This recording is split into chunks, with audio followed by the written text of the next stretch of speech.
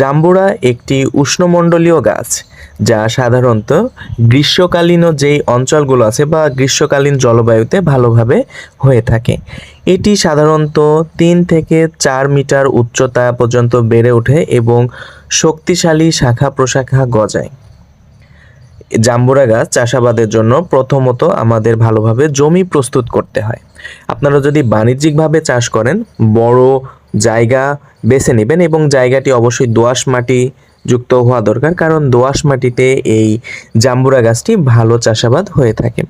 তো সেই রকম ভালো সমতল দোআঁশ মাটি বেছে নিয়ে সেইখানে চাষ দিয়ে মাটি প্রস্তুত করতে হবে। মাটি প্রস্তুত করার জন্য আপনারা বিভিন্ন ধরনের রাসায়নিক সার, তার পাশাপাশি সবথেকে বেশি যেই সারটি ব্যবহার করতে হয় সেটি হলো জৈব সার, কম্পোস্ট সার যেগুলো আছে সেই সার। জৈব সারের কোনো রাসায়নিক কোনো প্রভাব নেই, কোনো পার্শ্ব প্রতিক্রিয়া নেই, তাই